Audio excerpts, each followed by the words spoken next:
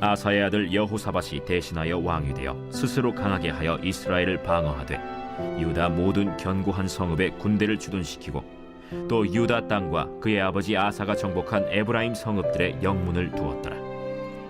여호와께서 여호사밧과 함께 하셨으니 이는 그가 그의 조상 다윗의 처음 길로 행하여 바알들에게 구하지 아니하고 오직 그의 아버지의 하나님께 구하며 그의 계명을 행하고 이스라엘의 행위를 따르지 아니하였습니다.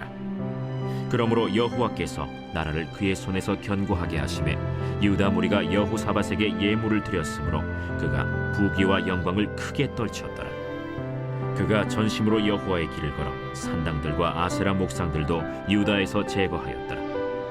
그가 왕위에 있은 지 3년에 그의 방백들 벤하일과 오바댜와 스가랴와 느다넬과 미가야를 보내어 유다 여러 성읍에 가서 가르치게 하고 또 그들과 함께 레위 사람 스마야와 느다냐와 스바디아와 아사헬과 스미라못과 여호나단과 아도니아와 도비아와 도바도니아 등 레위 사람들을 보내고 또 저희와 함께 제사장 엘리사마와 여호람을 보내었더니 그들이 여호와의 율법책을 가지고 유다에서 가르치되 그 모든 유다 성읍들로 두루 다니며 백성들을 가르쳤더라. 여호와께서 유다 사방의 모든 나라에 두려움을 주사 여호사밧과 싸우지 못하게 하시매 블레셋 사람들 중에서는 여호사밧에게 예물을 드리며 은으로 조공을 바쳤고 아라비아 사람들도 짐승 떼 곧 순양 7,700마리와 순염소 7,700마리를 드렸더라. 여호사밧이 점점 강대하여 유다에 견고한 요새와 국고성을 건축하고 유다 여러 성에 공사를 많이 하고 또 예루살렘에 크게 용맹스러운 군사를 두었으니 군사의 수요가 그들의 족속대로 이러하니라. 유다에 속한 천부장 중에는 아드나가 으뜸이 되어 큰 용사 30만 명을 거느렸고 그 다음은 지휘관 여호하나님이 28만 명을 거느렸고 그 다음은 시그리의 아들 아마시아니 그는 자기를 여호와께 즐거이 드린 자라 큰 용사 20만 명을 거느렸고 베냐민에 속한 자 중에 큰 용사 엘리아다는 활과 방패를 잡은 자 20만 명을 거느렸고 그 다음은 여호사밧이라 싸움을 준비한 자 18만 명을 거느렸으니 이는 다 왕을 모시는 자요 이외에 또 온 유다 견고한 성읍들에 왕이 군사를 두었더라. 역대하에 보면 계속해서 이스라엘의 왕에 대해서 기록을 합니다. 솔로몬 이후에 남유다와 북쪽 이스라엘로 나뉘어야 되게 되었고 첫 번째 남유다의 왕으로 느호보암이 왕위에 오르게 됩니다. 그 다음은 아비야이고 아사 그리고 오늘 말씀에 여호사밧에 대한 말씀으로 기록이 되어 있습니다. 왕들의 마지막을 두 가지로 평가하는 경우가 대부분입니다. 어떻게 평가를 하느냐? 첫 번째는 하나님의 길로 행했느냐, 두 번째는 악한 길로 행했느냐, 이와 같이 평가가 된다는 거예요. 그의 삶에 무엇을 했고 어떤 업적을 남겼고 이것을 말하는 것이 아니라 결론은 하나님의 길로 행했느냐 악의 길로 행했느냐 두 가지 중에 한 가지로 평가가 된다는 것을 알 수가 있습니다. 또한 여호와 보시기에 선하냐 악하냐 둘 중에 하나라는 것이죠.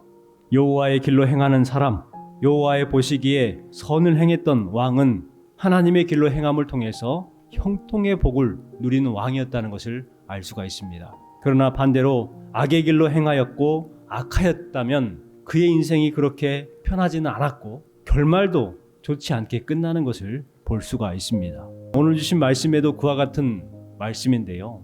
우리가 형통의 복을 누리기 위해서 어떤 길을 가야 되느냐 이것을 우리는 살펴보아야 합니다. 먼저는 믿음의 길을 걷는 삶을 살아가야 합니다. 아사의 아들 여호사밧이 네 번째 남유다의 왕이 되어서 북이스라엘의 침략을 막기 위해서 국방을 튼튼히 합니다. 그래서 표현되어 있듯이 스스로 견고하게 하였다 이렇게 기록을 하죠. 여호사밧이 왕이 되어서 성읍을 견고케 하고 그 성읍마다 군대를 배치를 합니다. 여호사밧은 다윗의 처음 길로 행하여 라고 말하죠. 그리고 여호와께서 그와 함께 하셨다고 기록하고 있습니다. 그 말씀이 3절 말씀에 기록이 되어 있죠. 여호와께서 여호사밧과 함께 하셨으니 이는 그가 그의 조상 다윗의 처음 길로 행하여 바알들에게 구하지 아니하고. 하나님의 길로 행했느냐 아니면 악의 길로 행했느냐, 다윗의 처음 길로 행했느냐 바알들에게 구했느냐, 이거라는 거예요. 그런데 여호사밧은 하나님의 길로 행하였고 다윗의 그 처음 행했던 신실했던 신앙을 가지고 삶을 살아갔다고 이야기를 하고 있습니다. 그럼을 통해서 하나님께서 많은 복을 주시죠.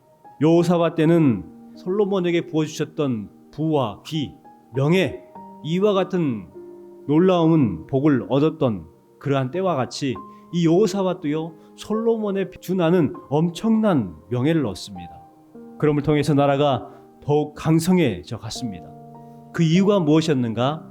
다윗의 처음 길로 행했기 때문이다 라고 말하죠. 우리 6절 말씀을 보십시오. 그가 전심으로 누구의 길을 걸었어요? 여호와의 길을 걸어. 여러분, 여호사밧에게 하나님께서 많은 복을 주시죠. 5절 하반절에 보니까 그러므로 여호와께서 나라를 그의 손에서 견고하게 하심에 유다 무리가 여호사밧에게 애물을 드렸으므로 그가 부귀와 영광을 크게 떨쳤더라. 여러분, 하나님 앞에 엎드려서 하나님을 경배하고 세상의 것을 구하는 것이 아니라 하나님께 구하고 또 하나님의 계명을 지킴을 통해서 하나님께서 그에게 많은 은혜를 주시죠. 그 여호사밧이 부귀와 영광을 크게 떨쳤더라 이렇게 기록합니다. 또한 전심을 다해서 하나님의 길을 행하였고 우상들을 모두 다 제거합니다. 6절에 보니까 여호와의 길을 걸어 산당들과 아세라 목상들도 유다에서 제거하였더라 이렇게 이야기를 합니다. 여호사밧은 철저하게 하나님의 길로 행했던 사람이었습니다. 그럼을 통해 하나님께서 그에게 복을 공급해 주시는데 상상할 수 없는 복들을 공급해 주셔요. 이웃 나라들이 애물들을 가지고 바치기 시작합니다. 많은 물질들을 가지고 찾아오게 되죠. 블레셋 사람들조차 여호사밧에게 많은 가축들을 가지고 와서 바치기 시작을 합니다. 여러분, 바로 이 전심으로가 중요합니다. 하나님께서는 전심을 원하시는 거예요. 99%의 믿음, 1% 부족한 믿음을 원하시는 것이 아니라 100%의 믿음을 원하시는 하나님이신 줄 믿습니다. 즉 여호사밧은 전심으로 여호와의 길을 걸었고 또한 종교개혁에 힘을 쏟았다는 것을 보여주고 있습니다. 우리도 여호사밧처럼 오직 하나님만 구하고 전심으로 주님의 길을 걷는 삶을 살아가기를 소망합니다. 믿음은요 바로 이것입니다. 오직 하나님만을 바라보는 것이 믿음이에요. 보이지 않으냐 하시지만 하나님께서 내 삶을 간섭하시고 내 인생을 디자인해 가신 그 하나님을 신뢰하고 의지하는 것, 이것이 바로 믿음입니다. 하나님 이외에 내 자신이 의지했던 모든 것을 내려놓고 하나님만 바라보는 것이 여러분 믿음이에요. 여호사밧이 그와 같은 믿음을 가졌습니다. 그래서 3절에 말씀하는 것처럼 다윗의 처음 길로 행하여, 6절에 말하는 것처럼 여호와의 길을 걸어 라고 말하죠. 오직 하나님만 바라보고 그분을 믿고 살아가는 것이 진정한 믿음의 길을 걸은 것입니다. 이것을 기억하시고 여러분도 진정한 믿음의 길을 걸어가시기 바랍니다. 그럴 때에 하나님께서 형통의 복을 누리게 하신다는 것을 깨닫고 복을 얻기 위해서 신앙생활하는 것이 아니라 온전한 신앙생활함을 통해서 나에게 복 주시는 하나님을 경험할 수 있는 저와 여러분 되시기를 주님의 이름으로 축복합니다. 두 번째는 말씀의 길을 걷는 삶입니다. 7절부터 9절 말씀에 보면은 여호사밧이 몇 사람들을 뽑아가지고 각 지역을 돌아다니면서 하나님의 말씀을 가르치게 합니다. 그동안에 이랬던 왕이 한 번도 없었어요. 이 여호사밧은 참 특별한 것 같습니다. 하나님의 율법을 백성들에게 강론하고 그들에게 하나님의 말씀을 깨달아 알게 했습니다. 왜 하나님의 말씀을 가르쳤을까요? 그들이 그동안 하나님의 말씀을 몰라서 우상을 섬겼고 하나님의 뜻을 알지 못해서 죄된 길로 행했다는 것을 알았습니다. 여러분, 우리가 주변에 있는 사람들을 보면 안타까운 때가 있잖아요. 몰라서 힘들게 살아가고 몰라서 잘못된 길을 행하고 몰라서 사기당하는 그런 사람들이 얼마나 많습니까? 모르기 때문에 그러는 거예요. 이스라엘 사람들도 하나님을 믿는 믿음의 백성이긴 하지만 하나님에 대해서 정작 잘 모르고 있었어요. 여호사밧은 하나님의 말씀, 그 율법을 가지고 각 지방을 돌아다니면서 하나님의 말씀을 가르치기 시작합니다. 그랬더니 놀라운 일이 벌어지기 시작해요. 그들이 알고 났더니 우리가 그동안 잘못된 길을 행하였구나 라는 것을 깨닫게 된 것이죠. 하나님의 말씀을 붙드는 그러한 삶을 살아가야 될 줄 믿습니다.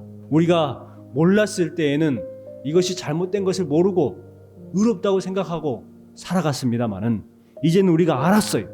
그렇다면 그 말씀대로 하나님의 말씀대로 행하는 삶, 바른 신앙 안에서 살아가는 삶을 살아가야 하는 것입니다.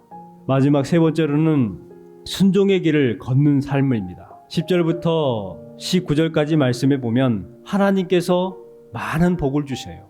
이 복을 받았던 이유가 뭐냐면 바로 여호사밧이 하나님의 말씀에 순종했기 때문에 가능했습니다.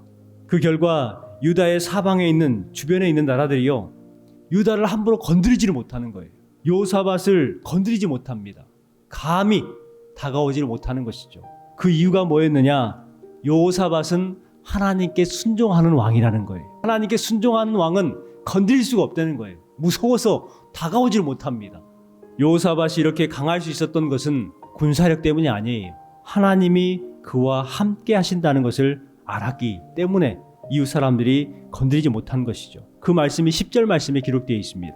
여호와께서 유다 사방에 모든 나라에 두려움을 주사 여호사밧과 싸우지 못하게 하심에, 주신 말씀처럼 여호사밧이 그렇게 명성을 떨칠 수 있었고 나라가 많은 사람들에게, 많은 이웃 나라들에게 강성한 나라로 될 수 있었던 이유가 뭐냐면 여호와께서 유다 사방의 모든 나라에 두려움을 주사라고 말합니다. 하나님께서 그 이방 나라에게 두려움을 줬다는 거예요. 그럼을 통해서 여호사밧을 건드리지 못합니다. 유다를 건드리지 못하죠. 이것이 바로 하나님께 순종하는 사람들의 능력입니다. 13절부터 보면 남유다에 많은 군사가 있음을 알 수가 있습니다. 13절부터 나오는 이 군사들은 여호사밧이 의지하는 군사들이 아니에요. 나라를 안정시키기 위해서 배치했던 군사들의 숫자들입니다. 보면은 30만, 28만 명, 20만 명, 20만 명 있고 또 18절에 보니까 18만 명을 건드렸다. 이 사람들은 모두가 13절에 보니까 크게 용맹스러운 군사를 두었으니 이렇게 말합니다. 용맹스러운 군사들이라는 것이죠.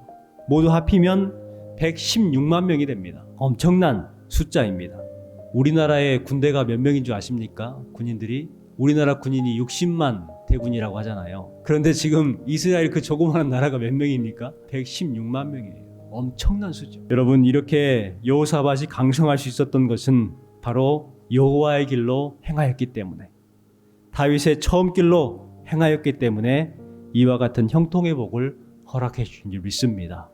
우리 또한 여호사밧처럼 여호와의 길로 행하는 삶, 하나님의 뜻에 합당한 삶을 살아감을 통해서 하나님께서 주시는 형통의 복을 누려야 될 줄 믿습니다. 저와 여러분이 여호와의 길로 행하고 믿음의 길을 걸음을 통해서 하나님께서 주시는 복된 하루하루의 삶이 되시기를 주님의 이름으로 축원합니다.